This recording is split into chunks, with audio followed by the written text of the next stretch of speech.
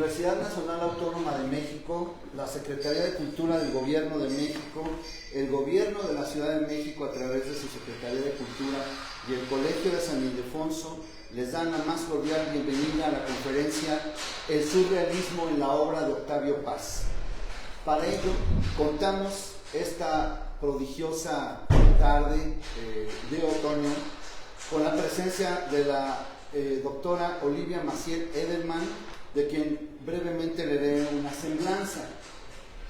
Olivia Maciel Edelman, nacida en la Ciudad de México y residente en Chicago, es autora de los poemarios Sombra en Plata, Filigrana Encendida, Luna de Cal, Más Salado que Dulce y de Espejos en un Café, volumen reciente que viene trayendo como una novedad editorial publicado este año por Ars Communis en Chicago, una editorial migrante. Es autora de la monografía Surrealismo en la poesía de Javier Villaurrutia, Octavio Paz y Luis Cernuda, que es esta gran obra que al parecer, según me ha comentado la doctora, también es resultado de su tesis doctoral en la Universidad de Chicago, de donde es egresada, la prestigiosa Universidad de Chicago, con más premios Nobel que ninguna otra en el mundo. Recibió el primer premio en poesía de Northeastern Illinois University en 2014, el premio Casa del Poeta de Nueva York en 1986 y el premio José Martí por ensayo por la Universidad de Houston en 1993. Olivia Maciel Edelman se doctoró en letras romances por la Universidad de Chicago, nació en la Ciudad de México, como ya había dicho, reside en Chicago y le debo un gran reconocimiento, un entrañable reconocimiento, porque durante mi etapa en Chicago, como coordinador de la Feria Internacional del Libro Mexicano y Latino que hicimos allá, ahora ya estoy aquí en el Colegio de San Ildefonso, la maestra fue vital y su esposo David Ray también para la diseminación de la gran poesía en español. Es traductora, además de muchas cosas más, pero entre ellas de un libro sobre Jorge Cuesta muy bello de Jorge Volpi, quien fuese hasta hace unos meses el coordinador de difusión cultural de esta Universidad Nacional. Así que los dejo, les pido un aplauso, por favor, para Olivia Maciel. Es un honor presentarte en este querido.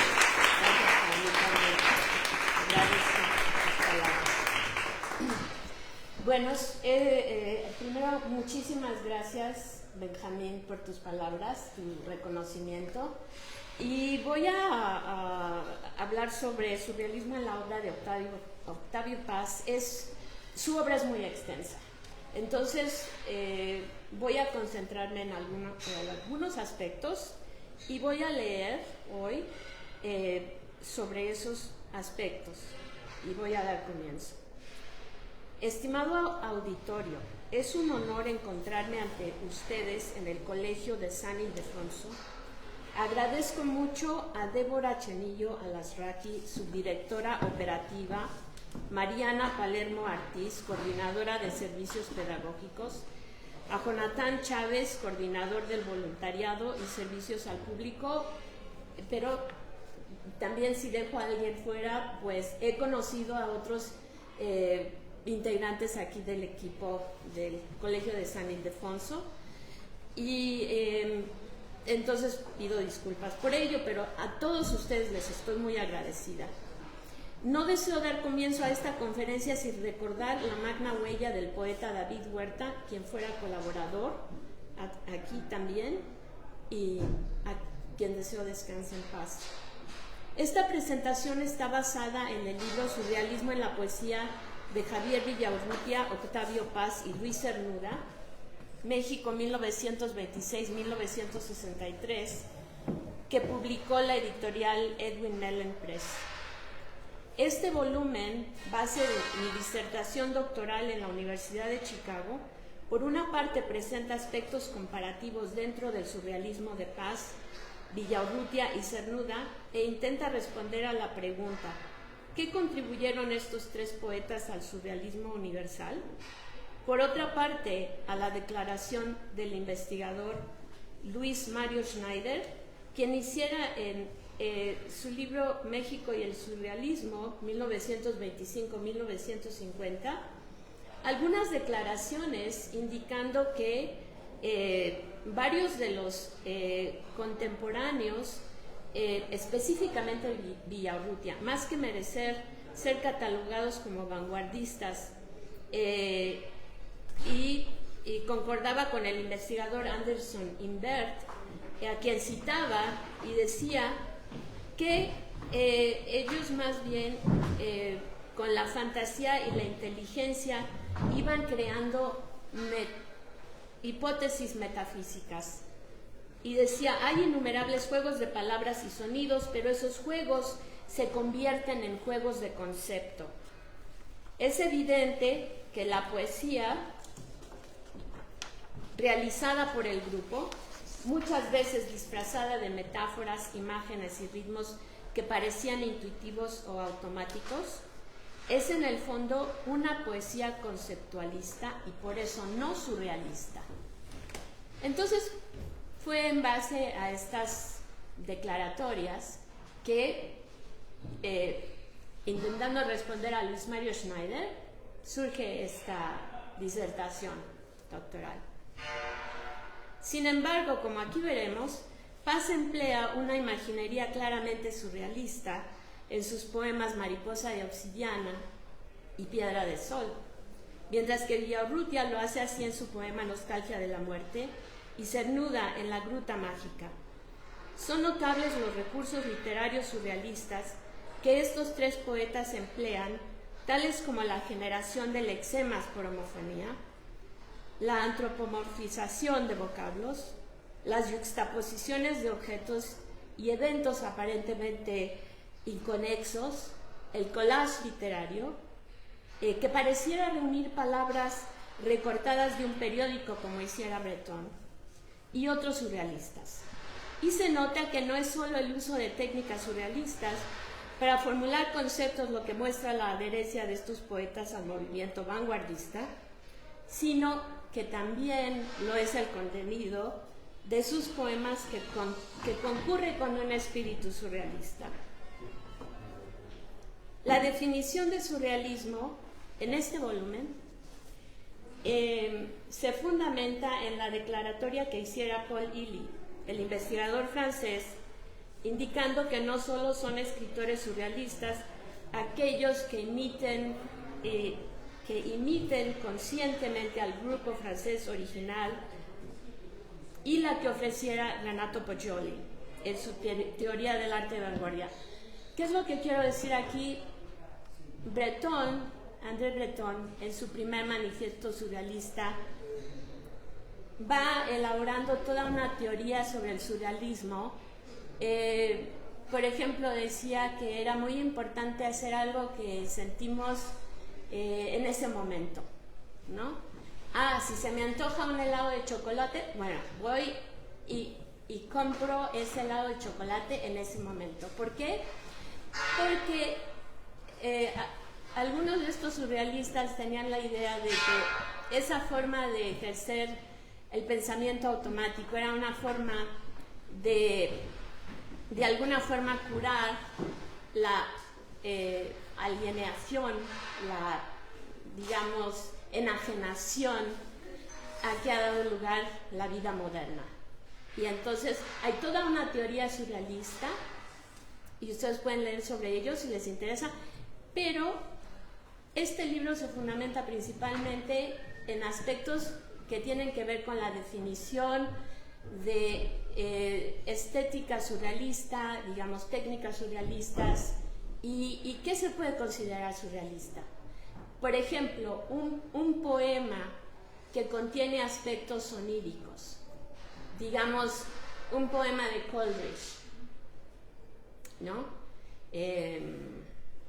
A lo mejor tiene esos aspectos de sueño, pero ¿se podría considerar surrealista? Bueno, bajo la definición de Paul Elie sí se podría considerar surrealista. Y bajo la definición de Renato Poggioli sí, pero bajo otras definiciones no. Porque para otros estudiosos debería de haber ciertas maneras de construir. Entonces, hablábamos de los lexemas, de estas yuxtaposiciones, y se buscaba que confluyeran estos, digamos, estas ideas de campos semánticos aparentemente diferentes para que causaran un tipo de chispa, y desde esa chispa surgiera algo nuevo, algo creativo. Entonces, otro aspecto definitorio sobre el que me basaba para indicar una respuesta a las declaratorias de Luis Mario Schneider tenía que ver con otro, hay otro investigador, Michael Riffater, que decía que aparentemente algunos poemas nos parecen herméticos, como que no los entendemos, ¿verdad? Entonces decía Michael Riffater que es muy posible encontrar muchas veces una metáfora primaria en un poema que parece hermético y luego discernir cómo desde esa metáfora primaria surgen otras metáforas secundarias. Aquí voy a leer algunos fragmentos de Mariposa de Obsidiana, del libro Águila o Sol de 1949, del largo poema Piedra de Sol de 1957 por Octavio Paz, del poema Nocturno de la Estatua del poemario Nostalgia de la Muerte por Javier Villaurrutia, y del poema La Gruta Mágica del libro Variaciones sobre tema mexicano por el sevillano exiliado en México, Luis Cernuda, para ilustrar estos puntos sobre los que hablé. En Águila o Sol de Octavio Paz se encuentran algunos de los poemas más intensamente surrealistas de su obra.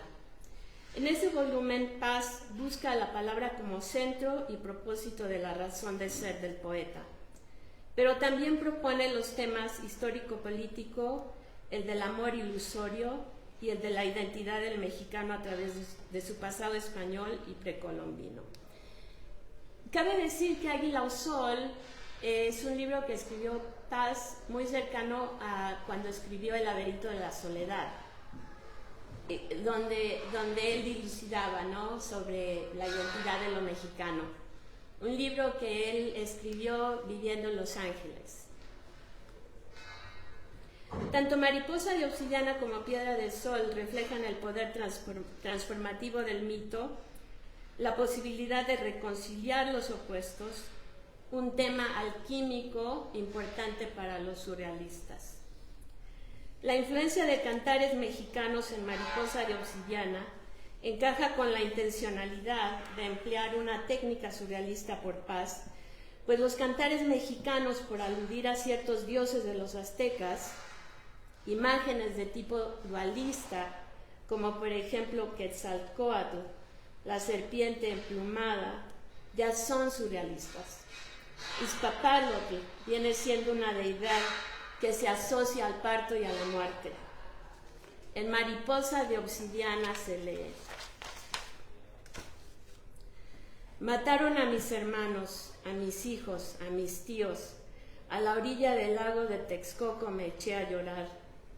Del peñón subían remolinos de salitre.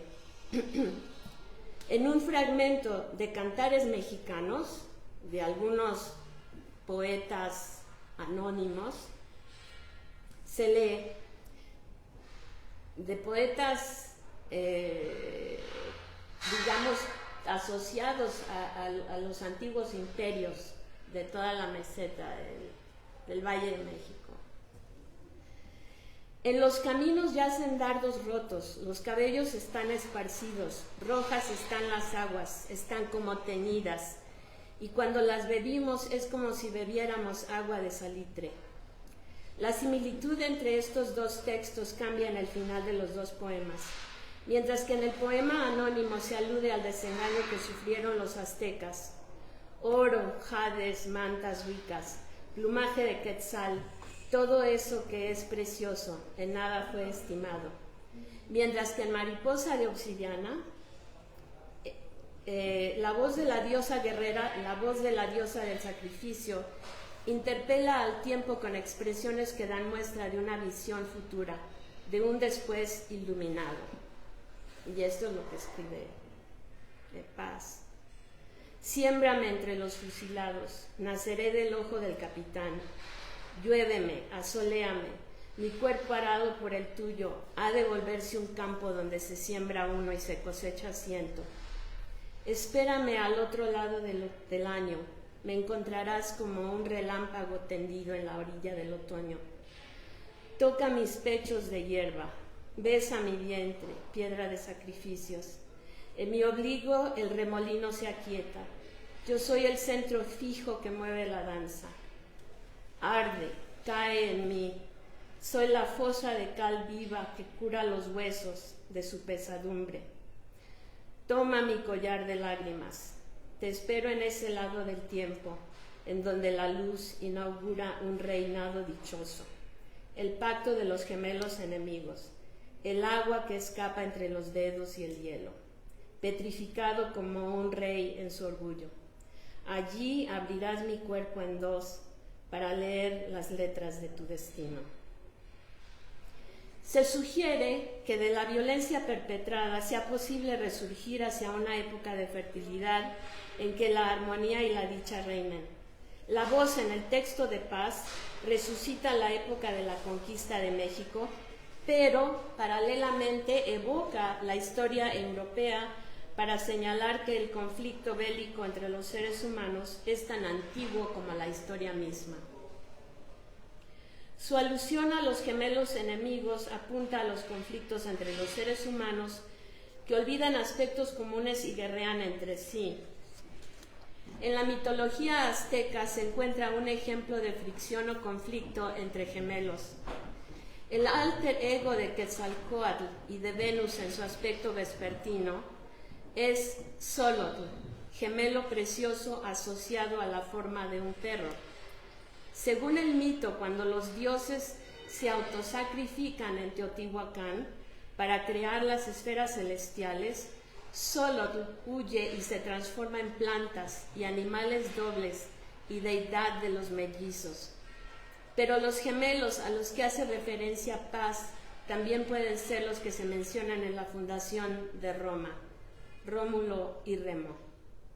Así, en contraste al cantar azteca, la voz de Iztapalotl en el poema Por Paz ha sufrido una transformación, de modo que el mito religioso de la diosa guerrera se ha convertido en uno más bien histórico, trascendiendo las fronteras para reflexionar sobre los conflictos bélicos que afligen al ser humano desde la antigüedad. Así es que hacia el final de Mariposa de Obsidiana, en vocablos con resonancias alquímicas, se lee: te espero en ese lado del tiempo donde la luz inaugura un reinado dichoso, el pacto de los gemelos enemigos, el agua que escapa entre los dedos y el hielo petrificado como un rey en su orgullo. La voz poética ofrece esperanza y señala la posibilidad de pasar a un estado de conjunction en el que los gemelos se reconozcan de nuevo en su esencial origen fraternal. En un fragmento de Piedra de Sol nos damos cuenta cómo Paz invoca la cosmogonía precolombina entrelazada a las alusiones de la historia occidental. Mientras que en la primera edición de Piedra de Sol aparece una nota sobre la cifra de versos que componen el poema y dice 584, pero aún sin contar los últimos 6 que se repiten, es posible contar 598 versos, 14 más de los que señala la nota. Es muy posible que el autor del poema quisiera que el lector contara estos versos para hacerlo volver al comienzo y final del poema. También es posible que deseara aludir al ciclo venusino de 584 días. La nota dice: este número de versos es igual al de la evolución sinódica de Venus, que es de 584 días. Los antiguos mexicanos llevaban la cuenta del ciclo venusino a partir del día 4, Olin, el día 4, Ejecatl. 584 días después señalaba la conjunción de Venus y el Sol, fin de un ciclo y comienzo de otro. Ciertamente los primeros y últimos 6 versos del poema, que comienza y cierra un círculo, incluyen la alusión al viento y al movimiento. Un sauce de cristal, un chopo de agua, un alto surtidor que el viento arquea, un árbol bien plantado más danzante, un caminar de río que se curva, avanza, retrocede, da un rodeo y llega siempre.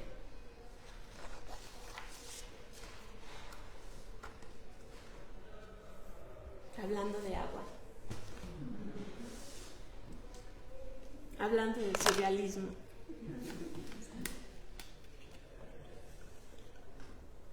Beber un poquito de agua hace bien, ¿no? Ahora está haciendo calor estos días.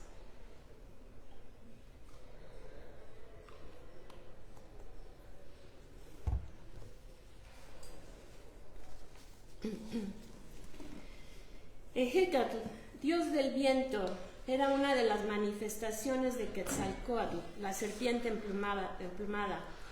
Se le consideraba el aliento divino del dios primigenio y se le caracterizaba en representaciones con una máscara de ave y un adorno de caracol de corte transversal. Asistente de Tlaloc, dios de las aguas, le abría y limpiaba los caminos y movilizaba las nubes. También se asocia a Venus en su aspecto vespertino. Es a través de Venus que Paz intenta reconciliar mundo precolombino con mundo occidental. Según Paz, Venus era Ishtar, la dama del sol, la piedra cónica, la piedra sin labrar, que recuerda la piedra sin labrar del taoísmo. Afrodita, la cuádruple Venus de Cicerón, la doble diosa de Pausanias.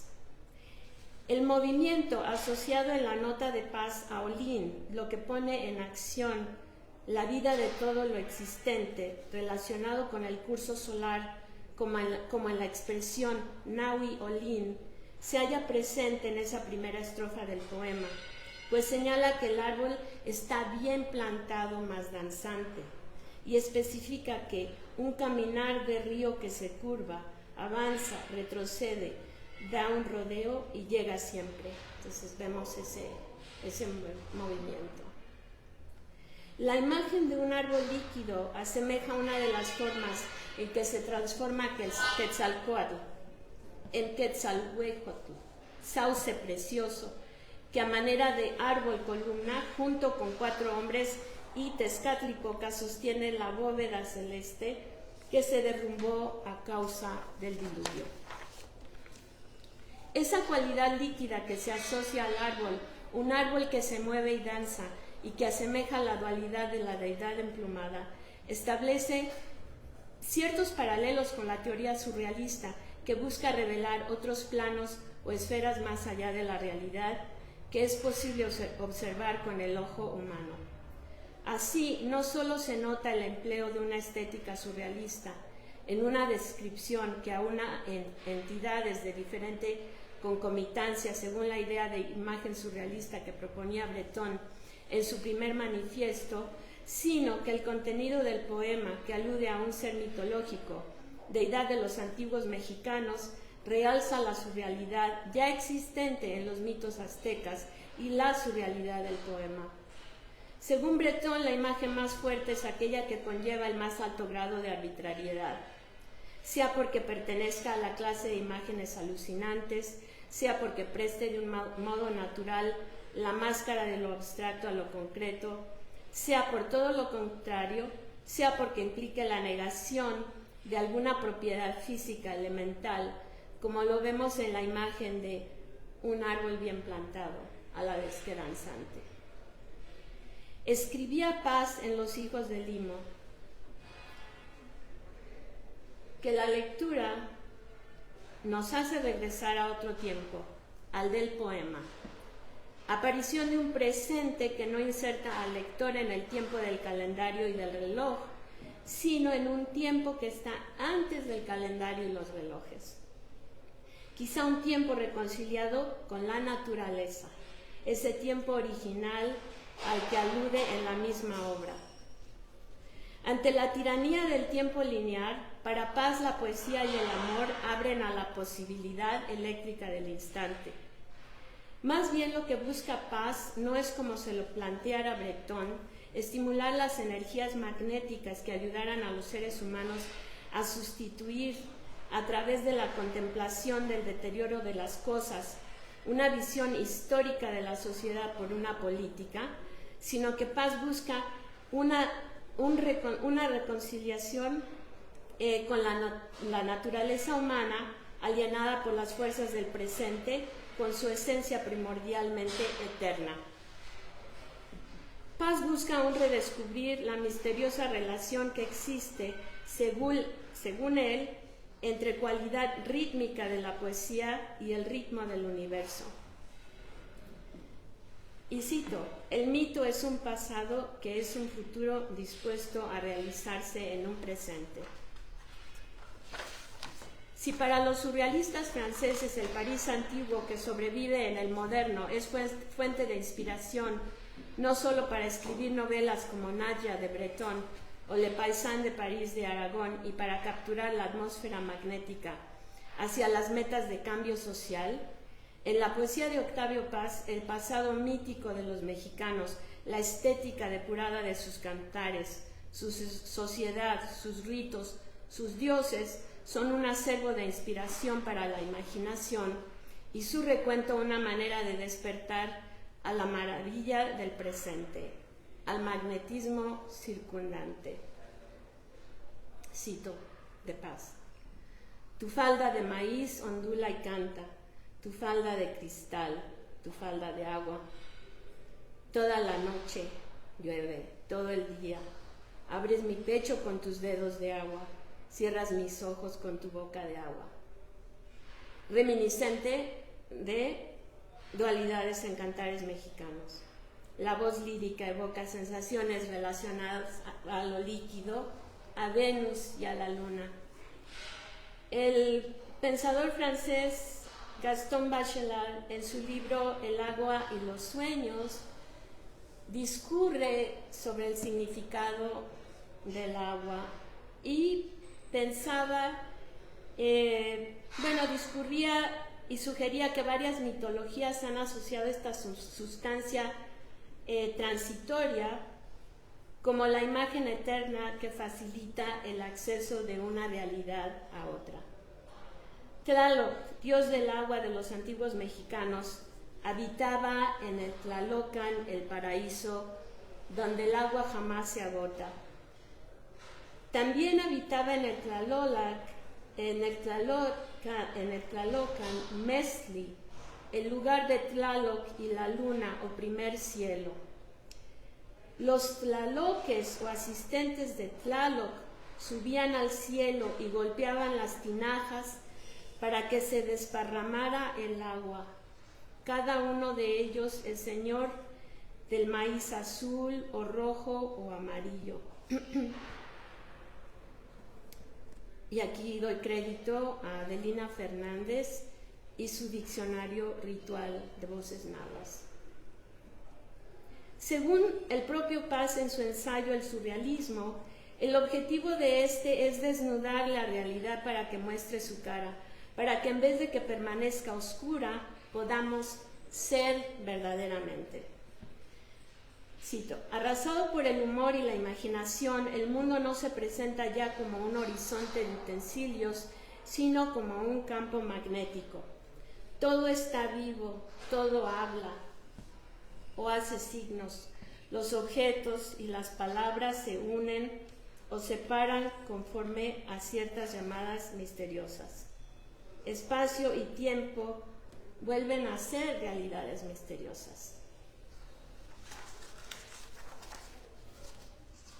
Paz, sin proponérselo en su libro Águila o Sol, ha revelado cómo ya en la mitología y artes precolombinos subyacía un surrealismo como el que predicaban los surrealistas franceses, pleno de dualidades y correspondencias. Esa es una de las principales contribuciones de este volumen.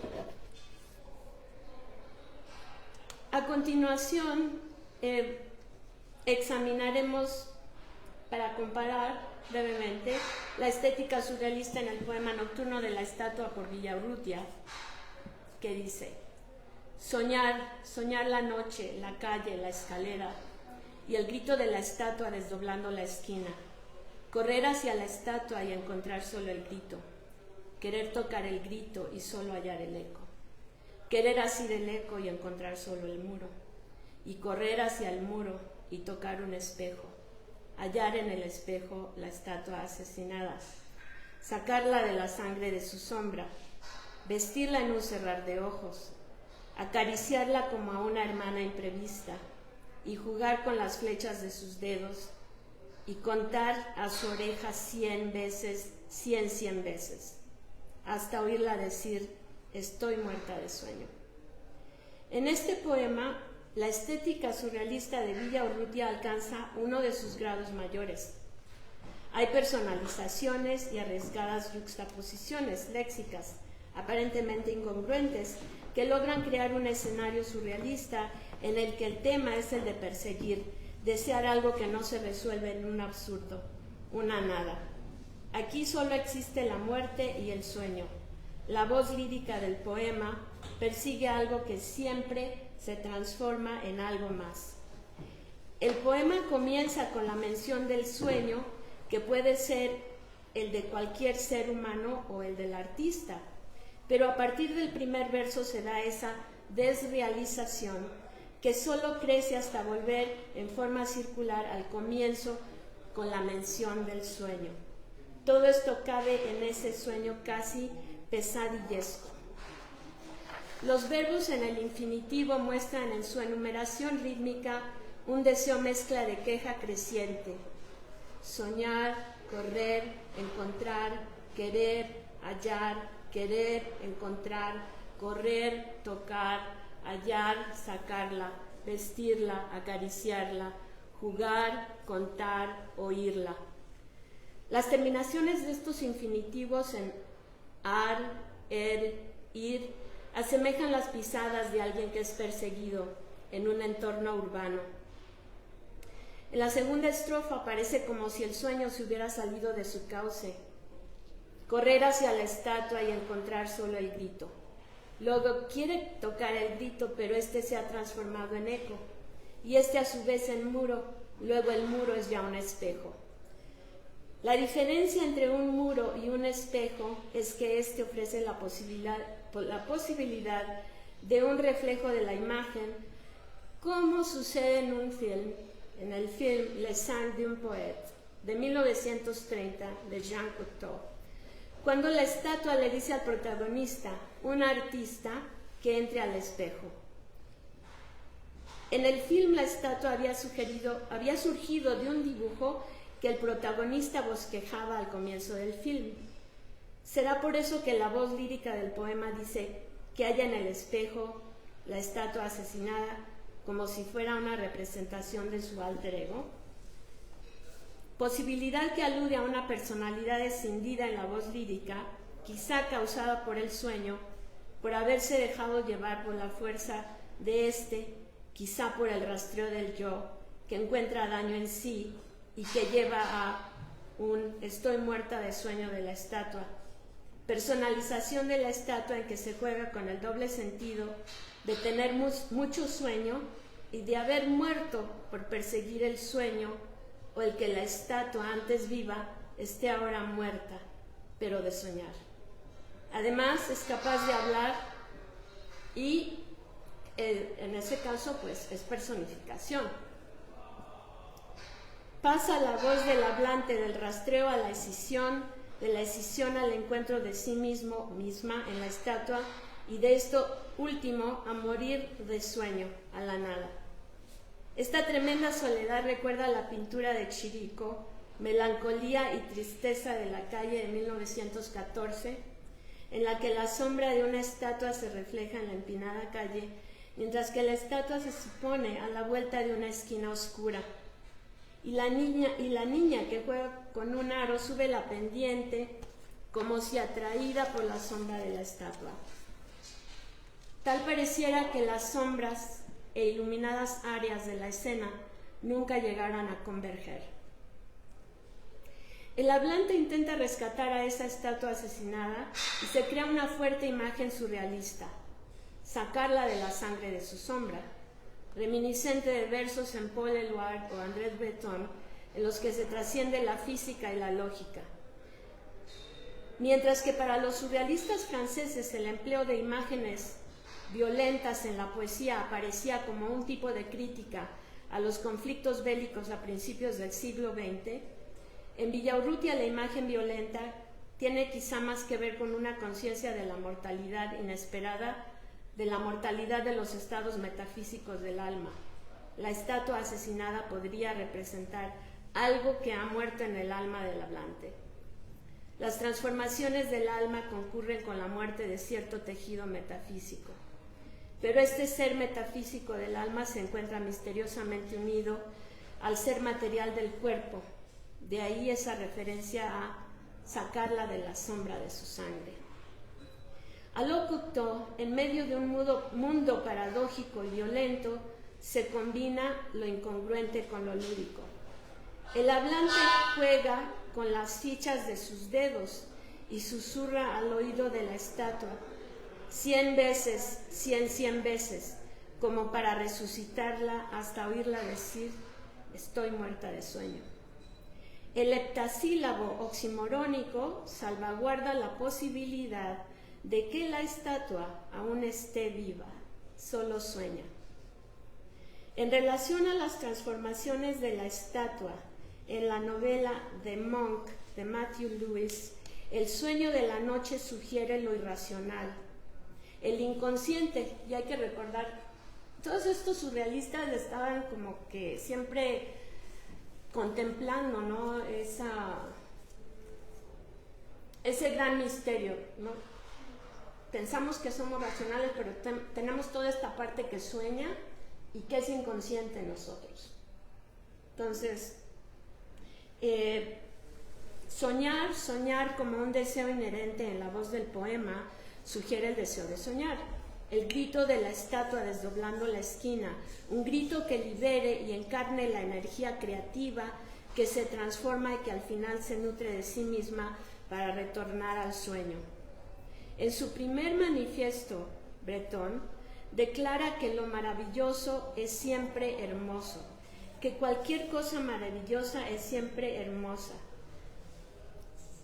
Y hay algo de levedad en quizá intuir en el poema de Villaurrutia, que la estatua dice: estoy muerta de sueño, bostezando, mientras que Paz atribuye al final de ese poema a un tipo de condena. Pero aquí se piensa que hay un tipo de naciente esperanza. Y ya casi termino. Octavio Paz había conocido a Cernuda en 1937 durante el Congreso Internacional de Intelectuales Antifascistas y llegó a mantener una amistad que se extendió por varios años. En su ensayo La palabra edificante, Paz cuenta que él y Cernuda mantuvieron correspondencia entre 1939 y 1962 y que siempre que coincidieron en alguna ciudad se reunieron. En Villaurrutia, tanto como en Cernuda, es notable ver cómo la influencia de una estética surrealista a veces cobra formas muy semejantes. Una de las razones para incluir a Villaurrutia, Paz y Cernuda en este volumen, pues había ciertas comunalidades estéticas entre ellos. Y para tener una mejor idea de cómo incorpora Cernuda la estética surrealista a su poesía, vale la pena mencionar el poema La Gruta Mágica, de su libro que escribió aquí en México, porque había estado viviendo en Estados Unidos, dio clases en varios colegios, universidades, pero cuando llegó a México, algo sucedió en él, se transformó, quiso vivir aquí el resto de su vida. y aquí falleció y aquí está enterrado. Vivió en Coyoacán. Entonces, aquí está, cito: la nave es como otra cualquiera en una iglesia de aquí, donde tantas son hermosas, pero al atravesarla, tras de un cancel lateral, te encuentras en un paraje inesperado y extraordinario. ¿Te encuentras? ¿No sería más atinado decir que te pierdes? Porque perdido estás, la realidad ha cesado y flotas en otro medio. ¿Cuál? Desde la linterna allá en la bóveda, como de un pozo invertido a cuyo fondo estuviese no el reflejo de la luz, sino la luz misma. Esta apenas alivia las sombras de abajo, y la difusa claridad no parece proceder del mundo de afuera, sino brotar en resplandor fosfórico de esta caverna misma, del oro que la recubre. Pudiera fungir este sitio en el texto no solo como la asombrosa nave de una iglesia barroca, sino como un centro metafísico donde nacen poemas, cual si fuera este espacio el vientre cóncavo y claroscuro donde se infunde espíritu a las palabras que aparecen en los versos. De ahí que la voz afirme: perdido estás, la realidad ha cesado y flotas en otro medio. Por otra parte, el pasaje evoca la voz narrativa en Le Paysan de París de Louis Aragon, que afirma encontrarse en un lugar oscuro refulgente de encanto cuando visita una casa de citas. Mientras que en la novela de Aragón la voz narrativa alude al gran encantamiento de un brillo en la oscuridad que trasciende al encuentro erótico, la voz narrativa en La Gruta Mágica equipara al momento en que las palabras cobran vida poética, con una negrura en la que al descubrirse el oro que reviste las paredes, surge una sensación de desorientación a la vez que de un maravillado y temeroso gozo espiritual. Esta experiencia desrealizadora que describe la voz en variaciones muestra un escenario onírico, surrealista, con toques barrocos. Como en algunos pasajes de Águila o Sol, de Paz, la voz se muestra en contienda con el lenguaje para captar las palabras exactas que configuran su creación. Paredes y techo, aunque tampoco es atinado hablar aquí de paredes o techo, cuando lo que te rodea, si algo de este mundo se asemeja, sería la tienda de un bárbaro guerrero asiático. Se ahondan en una penumbra coruscante, recamada, mielada. En el dramático claroscuro, toda una fauna y flora ponderosa. Alas, garras, tentáculos, troncos, tallos, hojas, muslos, vientres, fauces, cabelleras, corolas, plumas. Vivo todo, pulula y serpentea, retorciéndose, encontrándose, anillándose, como formas brotando del caos. Es un sabbat, un aquelarre, un pandemonium, y solo la reiteración monótona de las palabras expresaría o intentaría expresar esto que miras. La voz en La Gruta Mágica, como dice Rifater en Producción du Texte, reverbera con un tono onírico en el que la metáfora primaria de fauna y flora como categorías primarias genera la siguiente enumeración de sustantivos que tienen que ver con el mundo de lo natural, pero que también aluden a un encuentro erótico posiblemente salido de ciertos cauces. Ocurre, por lo tanto, una pérdida de la temporalidad aunada a una imaginería recurrente con formas extrañas a la realidad. El efecto del realizador se da a través de esa descripción casi fantasmal. Cernuda emplea una imaginería onírica que en su conjunto contextual asemeja a una toma de instantáneas fotográficas con palabras. Esa contemplación del paisaje mexicano en variaciones, aunada a un pensamiento español, realza el sincretismo que surge del entrelazamiento de espacios temporales y culturales.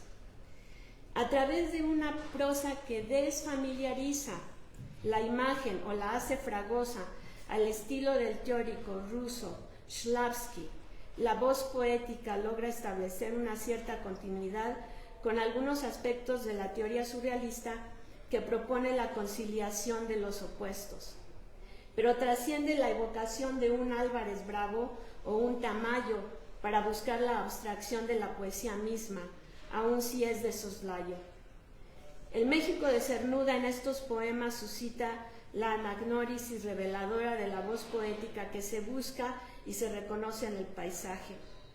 Anima a la extrañeza fascinante de un sueño contemplativo y casi místico que disuelve la porosa membrana entre lo real y lo imaginario. Obviamente, la estética surrealista de Paz, Villarrutia y Cernuda se diferencia entre sí. Octavio Paz, que por una parte busca hacer presente el instante eléctrico, el magnetismo circundante del mito para reconciliar al ser humano con la naturaleza, con la verdad de estar vivos, de ser. Por otra, muestra ambigüedad en cuanto al amor. Este a veces se perfila ilusorio y a veces es la salvación del ser. Y la visión surrealista de las cosas. Villaurrutia reconcilia la angustia ante la muerte con la vivencia del sueño erótico y la escritura. Luis Cernuda, a través de una estética onírica, revela la existencia de un sincretismo cultural, la valoración de la laxitud corporal, el misterio e inescrutabilidad de la manera de ser de algunos mexicanos, la atrayente atemporalidad del encuentro erótico. En contraste a algunas aserciones por el investigador Luis Mario Schneider, que objetan a la calificación de la poesía de algunos contemporáneos, ciertamente de Javier Villaurrutia, como surrealistas, aquí se demuestra cómo su estética es claramente surrealista, coloreada por la penumbra nocturna y menos violento en sus yuxtaposiciones, estoy hablando de Villaurrutia, que el surrealismo de poetas como Breton o Éluard. Siguiendo las pautas que propusiera Paul Elie, el sobrio manifiesto surrealismo de Villaurrutia, aunque no deriva de una adhesión a Breton, una vez que se adopta a su voz y tradición literaria, claramente emplea elementos de la estética promulgada por el francés, pero penumbral, sobria, diríamos recatada. De penumbra conceptual a penumbra geográfica, en este volumen se demuestra el eco de un movimiento internacional que raramente abandonó su filiación parisina. Escritores, pintores y cineastas que florecían en la penumbra de ese sol negro bretoniano dentro de la poesía mexicana.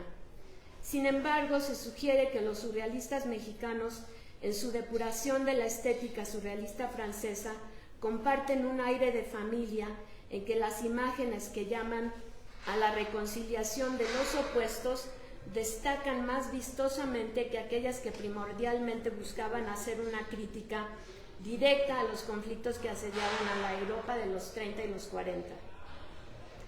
Por lo tanto, se destila una estética de suave y acariciador efecto onírico que contrasta con una metáfora surrealista más áspera, de aspecto sarcástico o disonante. La poesía que se escribe en el México de los 20 a los 60 se muestra irrigada por las aguas del sueño surrealista. Recíprocamente, la contribución de poetas mexicanos al surrealismo mundial es por parte de Paz un surrealismo imantado, ambigüedad dialéctica en la contienda con el lenguaje, reconciliación del mundo mítico y el pasado precolombino en el presente, surrealismo urbano y surrealismo rústico por parte de Villaurrutia, un surrealismo sobrio y penumbral, reconciliación de sueño y vigilia, muerte y vida, escritura y deseo erótico, y por parte de Cernuda, poeta español exiliado en México, reconciliaciones sincréticas en el ámbito cultural y una visión del paisaje mexicano. Es así como este estudio de la poesía en México durante esos años han permitido entrever esas corrientes surrealistas que la abrían a un panorama más universal, pero que también volvían su mirada hacia el paraje local, manteniéndola siempre unida a la búsqueda de la atemporalidad en la abstracción lírica. La estética surrealista en la escritura de Octavio Paz, Javier Villaurrutia y Luis Cernuda durante el México efervescente de la época, que inicia en los 20 y culmina a principios de los 60, aclara y sugiere el sueño de la poesía mexicana contemporánea. Muchas gracias.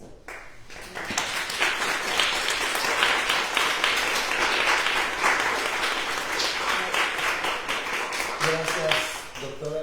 Seguramente habrá algunas inquietudes que quieren expresarle sobre la obra de Octavio Paz, el surrealismo, y como la doctora también lo vinculó con Javier Villaurrutia y Luis Cernuda, por supuesto, que además sí, como bien lo menciona, tuvieron una muy intensa relación. Quiero presentar también a nuestro coordinador de voluntariado, Jonathan Chávez, que también es uno de los que está gestionando este evento. Entonces, tomen la palabra, por favor. No sé quién quiera comentar algo. Sí. Denle su nombre, por favor. Así como no, Rosario Jiménez, voluntaria de aquí del Colegio de San Ildefonso. Doctora, ¿qué la llevó a tomar este tema como tesis para su doctorado? Bueno, gracias. Es una pregunta bien interesante. Tuve profesores magníficos en la Universidad de Chicago y obviamente cuando uno está involucrado en un estudio doctoral, a veces uno se ve influenciado también por sus profesores. Eso es muy normal. Alguien me había sugerido estudiar, por ejemplo, la poesía de Olga Orozco, una escritora maravillosa, una poeta argentina maravillosa. Y bueno, sentía yo ese deseo, pero desde muy pequeña había yo leído a Octavio Paz en una librería no muy lejos de aquí, la librería Mizrahi, que está aquí. No sé si todavía está esa librería, pero había una librería que se llamaba Mizrahi cerca de la Alameda. Y recuerdo que una vez de niña, porque yo vivía muy cerca de este rumbo, y me gustaba mucho caminar, ir a la Alameda, ahí encontré un libro de poesía de Octavio Paz. Y ese fue el primer libro de poesía que yo leí en mi vida. Entonces, había algo, un imán, una fuerza misteriosa que yo creo que me atrajo desde muy pequeña a seguirle los pasos a Octavio Paz. Y cuando ya me tocó escoger, bueno, es que había tantos escritores sobre los que investigar su obra, ¿no? Como digo, pues eso fue lo que al final me decidió. Me interesaba mucho también entender ese periodo de los años 60 en México. Me atraía mucho.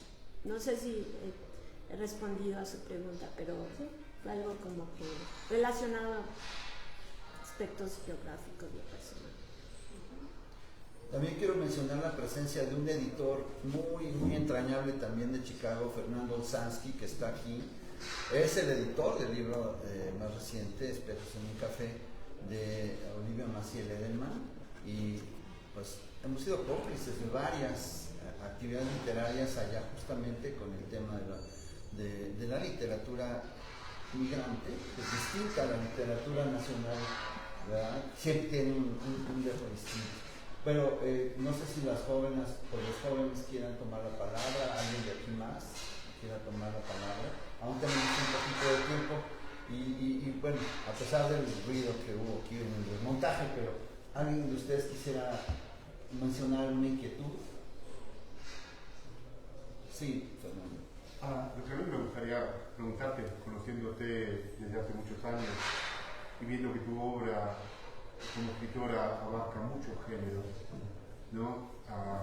Ahora estás explicando un texto académico, has publicado narrativa, has practicado la poesía. ¿Cómo va, que lo que muestra una flexibilidad creativa muy grande, cómo se va de un género al otro? ¿Cómo se siente el escritor pasando de un género al otro? ¿Y cuál es tu género favorito para escribir? Sí, esa es una muy buena pregunta que yo misma me la he hecho. Escribir ensayo académico, pues requiere cumplir con ciertas reglas. Hay que tener una bibliografía, hay que tener notas de pie, bueno, hay toda una serie de aspectos. Hay que probar algo, que dar evidencia de algo, ¿no? En un poema estamos guiando con el abstraer de la realidad, una esencia, hay algo creativo, hay algo espontáneo, a veces hay que revisar el poema. Y con escribir prosa, pues relatos, recuentos, observación, hilar, hilvanar. Hay un tipo de síntesis ahí, pero es muy diferente. Hay una como que un entrar en los vericuetos, las circunvoluciones de la realidad para intentar entresacar ese relato. Y a mí me ha encantado últimamente escribir relato. Estoy escribiendo poesía también, estoy haciendo ambos. Y volver al ensayo académico lo veo más bien, bueno, si alguien me encomendara algo, quizá escribiría un ensayo, pero he escrito bastantes ensayos académicos. Y en este momento preferiría enfocar mis energías hacia los relatos, porque me doy cuenta de que se abren otros canales, por así decirlo. Cuando terminé con este libro de relatos, ahora están surgiendo muchas otras ideas. No sé si eso responde, porque es que con la poesía entré en un debate interno bastante serio antes de ya ponerme a revisar seriamente estos relatos. El papel de un poeta en nuestra sociedad, dentro de la tradición de la literatura hispanoamericana, es un papel muy importante. No que yo esté en ese sitio, simplemente vamos a analizar un poquito. Yo me acuerdo que una vez vino Carlos Fuentes a Chicago, entonces me tocó entrevistarlo. Yo me saqué notas porque dije, voy a preguntarle a Carlos Fuentes qué me puede decir sobre la poesía contemporánea, no solo en México, sino en América Latina, porque él fue embajador, fue un hombre de un gran pensamiento que podía, era capaz de hablar de historia, de diplomacia, de filosofía, era tan capaz. Dije, no estoy muy al tanto, le voy a preguntar quiénes son los poetas del momento. Y me dijo, yo de poesía no me atrevo a hablar porque la poesía es algo muy, muy serio. Así me contestó. Y bueno, tenemos casos de Pablo Neruda que entró en debate en algún momento, posiblemente con Octavio Paz, sobre cuestiones de tipo político. Cuando Pablo Neruda formaba parte del Partido Comunista. Y Octavio Paz en algún momento, porque sí, mencionábamos, ¿no?, que había ido al Congreso Antifascista en 1937, considero varios de estos poetas importantes. Octavio Paz en algún momento se distanció porque comenzó a notar, junto con otros intelectuales de la época, los abusos del estalinismo. Para algunos de estos poetas y pensadores, el debate entre arte comprometido y el arte por el arte fue un debate muy importante en los años 60. Entonces tenemos esa fotografía icónica, emblemática, donde están Diego Rivera, André Breton y Trotsky, ¿no? Fue un debate muy importante entre los intelectuales y algunos de ellos decidieron que el arte por el arte es a donde se habían de abocar, por donde habían de ir, por ese sendero. Entonces, los que escriben cuentos, los que escriben novela en México, escritores como Carlos Fuentes también tenían una visión, digamos, histórica, política, que estaba muy también comprometida con todo el movimiento de la revolución en México, que es el movimiento que dio lugar a que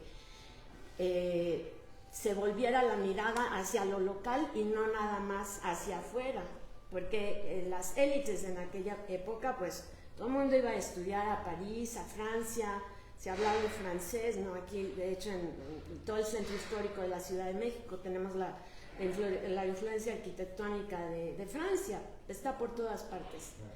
Pero los muralistas,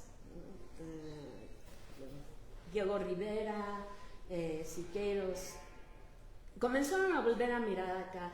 Entonces había esa como que tendencia de redescubrir lo que está aquí en estas tierras. Y bueno, eso luego tuvo una gran influencia en todos esos intelectuales que vinieron a México en los años 40, porque salieron de Europa debido a la Segunda Guerra Mundial. Entonces México fue un país, un paraje, un oasis.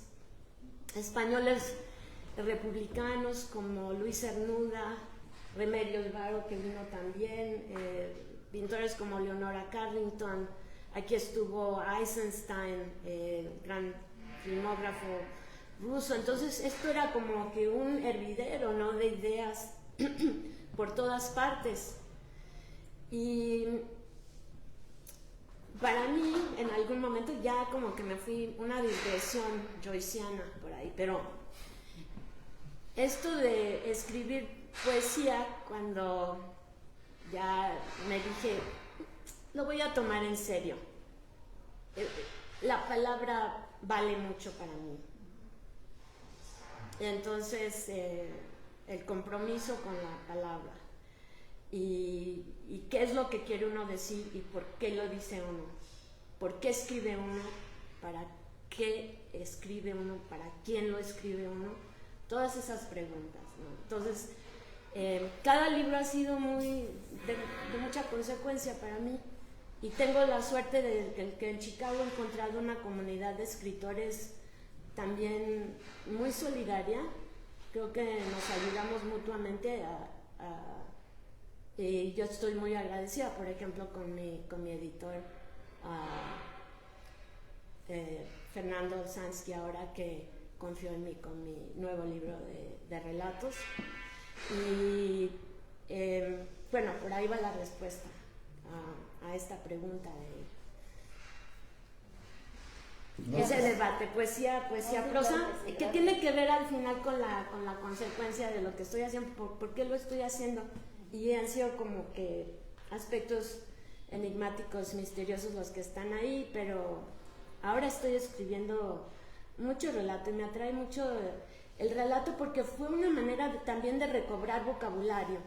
Y cuando nos encontramos los que vivimos en Estados Unidos rodeados por tanto inglés, y ahora con lo que se llama la literatura de desarraigo, literatura escrita en español por escritores que provienen de toda América Latina, no nada más de México, pero hay argentinos, hay colombianos, hay cubanos, y ese movimiento está creciendo mucho. Y bueno, al escribir un poema, pues sí, se recobra vocabulario porque busca uno corruscar, nielar, etc. Al escribir, desde el momento, tomas la pluma, la pones sobre la página y no sabes qué va a pasar. siempre te sorprende, ¿no? Aquí hay escritores, ¿a que sí?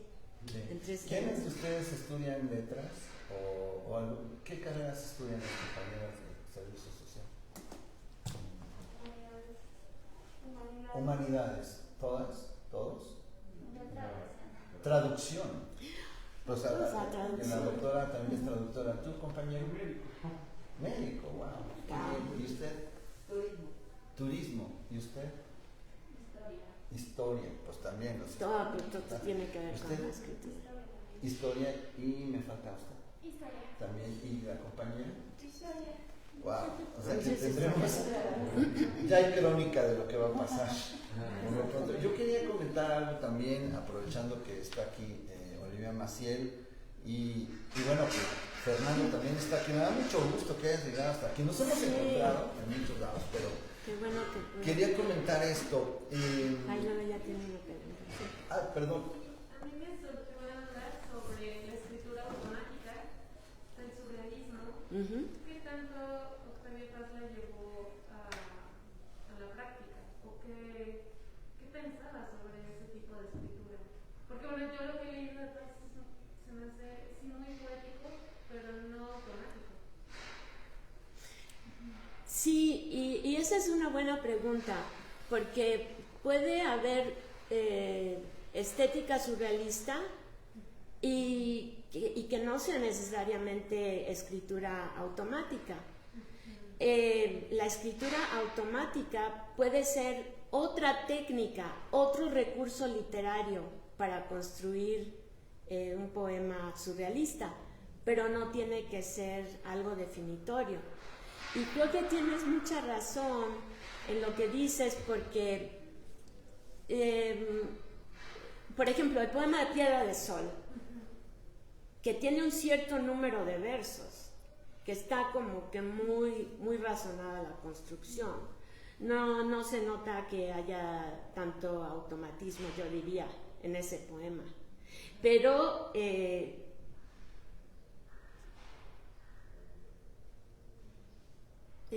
hay otros poemas, algunos de los poemas que están como que se parecen a los de Guillaume Apollinaire. Esos poemas de Paz me parece que a lo mejor tienen algo más de automático. Y hay una obra que se llama Ómnibus de Poesía, que es de Gabriel Said. En ese libro pueden encontrar algunos de estos poemas que se asociaban a los llamados caligramas. Un caligrama es un poema que está escrito con la forma del objeto del que se está hablando. Por ejemplo, hay unos caligramas de Guillaume Apollinaire donde hay una sombrilla, ¿no? Y todo está escrito dentro de esa forma de sombrillas, y ahí cabe el poema, eso es un caligrama, y ahí a veces hay un tipo de automatismo. ¿Y todos saben qué es el automatismo? La escritura automática quiere decir cuando uno toma una hoja de papel y comienza a escribir así lo primero que va saliendo, lo primero que va surgiendo. Esa era una de las técnicas entre ellos para encontrar algo que estaba ahí dentro del inconsciente, para intentar entender algo, clarificar algo, a lo mejor conocernos a nosotros mismos un poco más.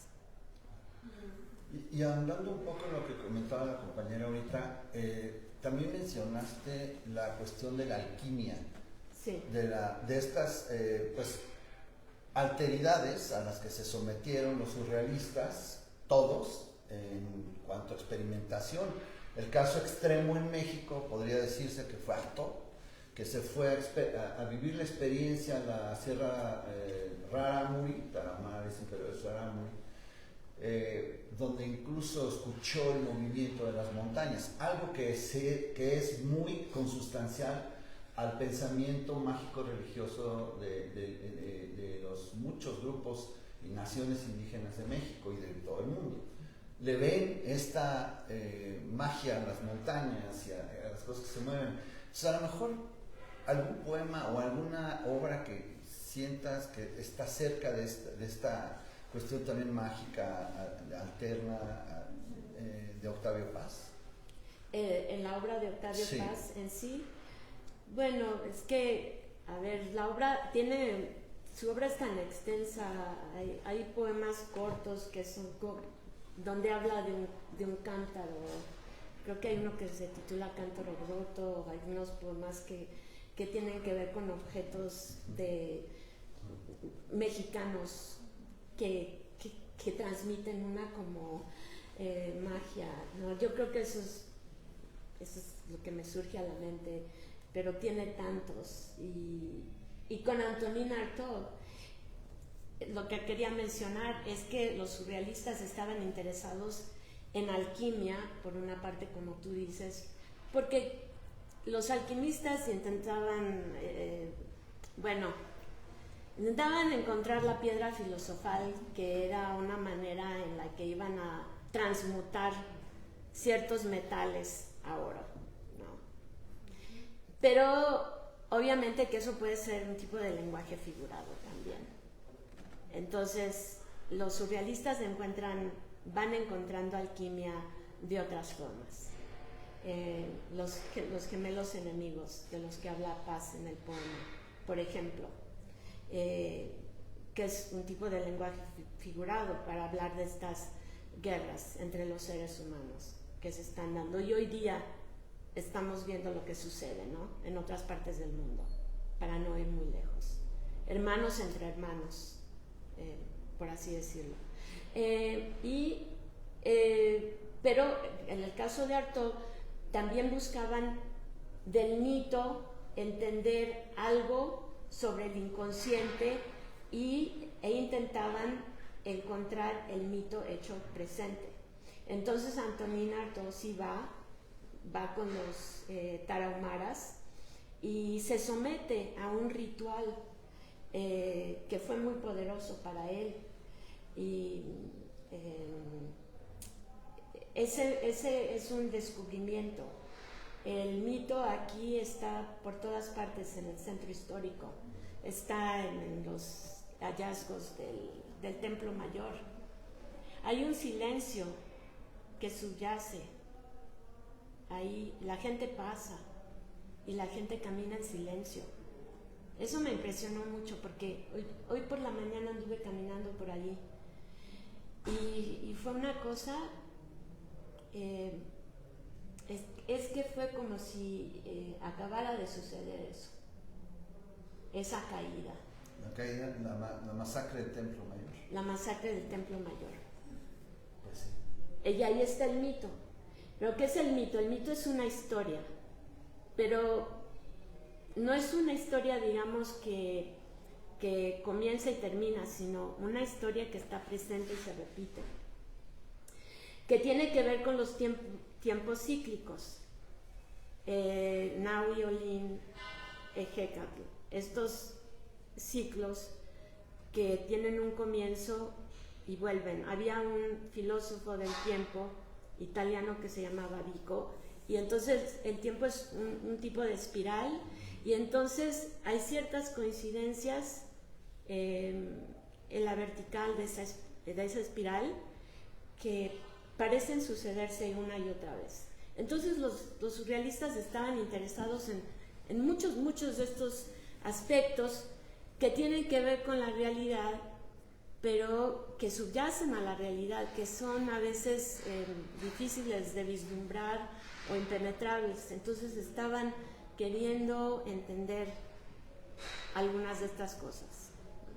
Y hay muchísimo más. Podríamos hablar aquí toda la tarde, pero sí, creo que es tiempo de... Bueno, no sé si alguien quiera alguna otra pregunta, ampliar, comentar, hacer alguna otra locución. ¿Todo bien? Pues yo creo que con muchas gracias, Olivia. Y para entregarme esto. Son unos obsequios preparados por el Colegio de San Ildefonso. Ay, muchísimas gracias.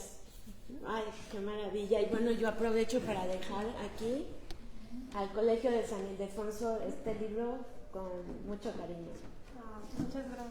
Pues ya va a ser parte de esta biblioteca. Sí, de la biblioteca. Y muchas gracias también por haber dado esta conferencia muy interesante. A mí me quedo con muchísimas dudas, muchas preguntas que quisiera hacerle, pero muchas gracias.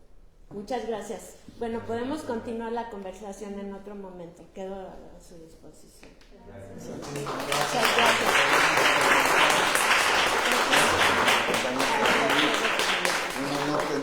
Un honor tenerte por aquí, querida Olivia Maciel. Y bueno, a todas y todos ustedes, gracias por asistir.